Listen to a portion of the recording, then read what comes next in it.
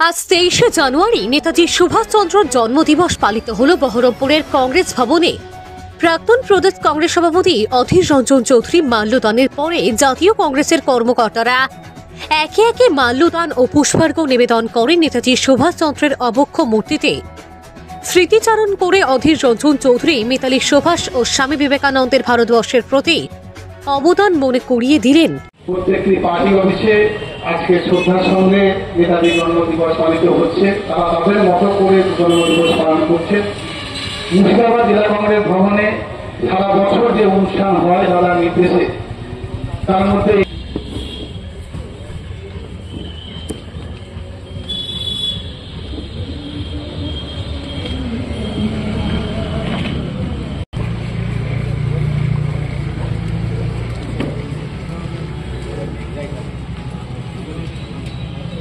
শহীদদেরকে মালবিত যাবে।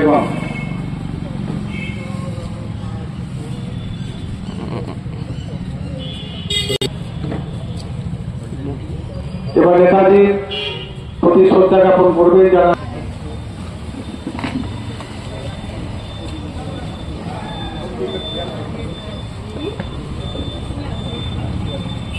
শিক্ষক নেতা আমাদের ভোলা, কোকিলা বেগম থেকে শুরু করে সবাই আছে।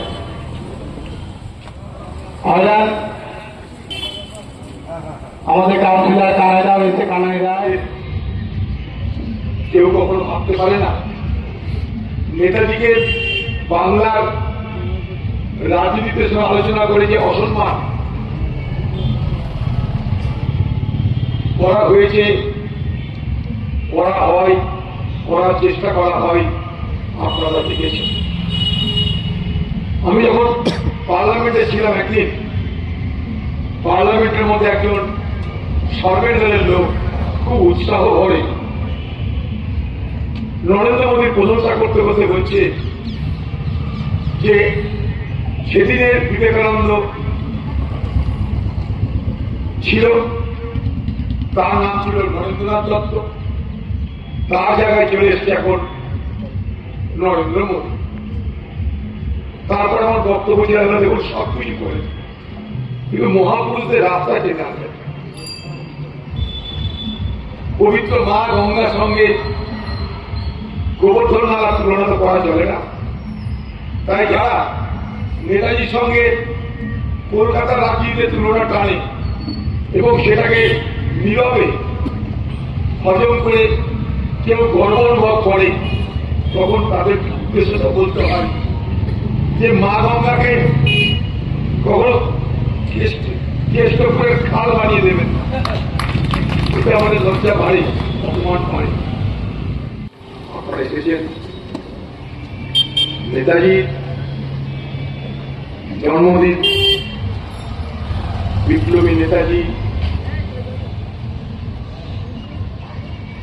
ভারতবর্ষের স্বাধীনতা সংগ্রামের অন্যতম প্রতীক নেতাজি, যাকে সারা ভারতবর্ষের মানুষ শুধু নয়, এই পৃথিবীর মুক্তিকামী মানুষ, আন্দোলনকামী মানুষ, স্বাধীনতার জন্য যারা লড়াই করেছে এবং যারা লড়াই করছে, আজও পৃথিবী জুড়ে তাকে শ্রদ্ধা নিবেদন করা হয়। আজকে সকালে আমার কাছে একটা মেসেজ এসেছিল যে ভগবানের কখনো মৃত্যু হয়, তাই ভগবানের যেহেতু মৃত্যু হয় না, তাই নেতাজিরও মৃত্যু হয়। তাই আমরা সবাই নেতাজিকে আজও আমাদের হৃদয়ের সিংহাসনে তাকে রেখে আমরা স্মরণ করে থাকি। যদিও আজকের জমানায় অতীত যখন বিস্তৃতির আড়ালে চলে যাচ্ছে, যখন নেতাজিকে ফুটপাতে নামিয়ে এনে এই বাংলায় নেতাজি যা পারেনি তা নাকি এই বাংলার কেউ পেরে গেছে, তার তুলনা করা হয়, তখন আমাদের লজ্জা লাগে। বাঙালি হিসাবে আমরা নেতাজিকে এই সম্মান দিলাম। আইসিএস পরীক্ষা দিয়ে শুধু পাস করছে তা নয়, 4 নম্বর তারা অর্জন করেছে। তারপর তিনি সব ছেড়ে দিয়েছিলেন। তিনি স্বামী বিবেকানন্দের ভক্ত ছিলেন।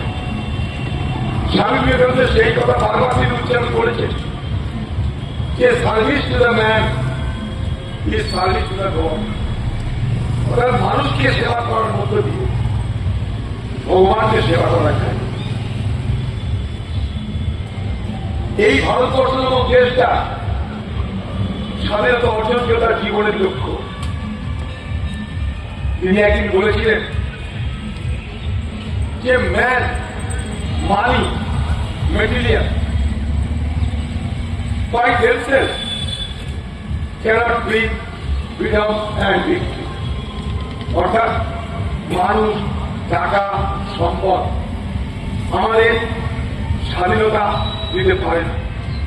Man, money and material cannot by themselves bring victory and freedom for us. We must have motive power to do brave deeds and heroic exploits. অর্থাৎ আমাদের মধ্যে একটা লক্ষ্যকে সামনে রেখে সেই লক্ষ্য পূরণে যদি শক্তি অর্জন করতে পারি, তাহলে আমরা বড় কাজ করতে পারবো, মহান কাজ করতে পারি।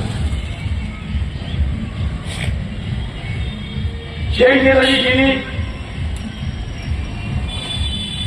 তার জীবনের মাত্র 20 থেকে 21 বছরের রাজনৈতিক জীবন এই ভারতবর্ষে কাটিয়েছিলেন, 21 থেকে 40। তার মধ্যে তিনি 6 থেকে 7 বছর জেলে ছিলেন। তার মধ্যে তিনি 3 বছর চিকিৎসার জন্য বিদেশে ছিলেন। কিন্তু তিনি যেখানে যেভাবে থাকুন, কখনো তিনি দেশের স্বাধীনতার কথা শুধু বলেননি তা নয়, দেশকে স্বাধীনতার লক্ষ্যে তার প্রচেষ্টার ত্রুটি করেন।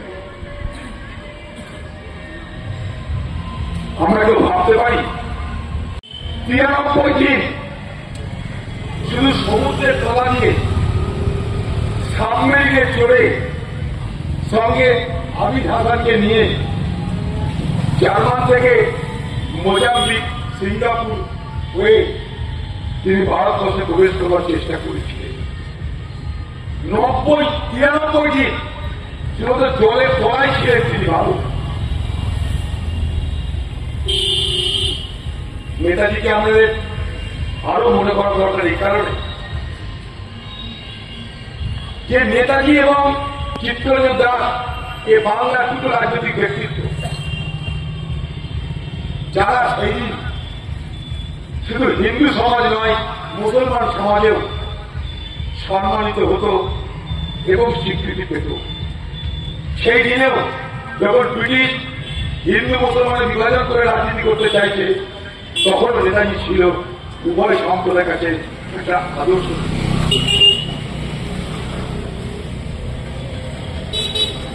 যখন নবাব সিরাজউদ্দৌলাকে ব্রিটিশ পরাজিত করবার পর তাকে অপমান করার জন্য সৌধ নির্মাণ করছে কলকাতায়,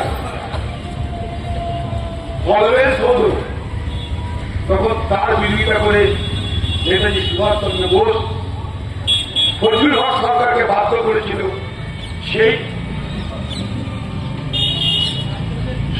বেদিকে ভেঙে দিতে।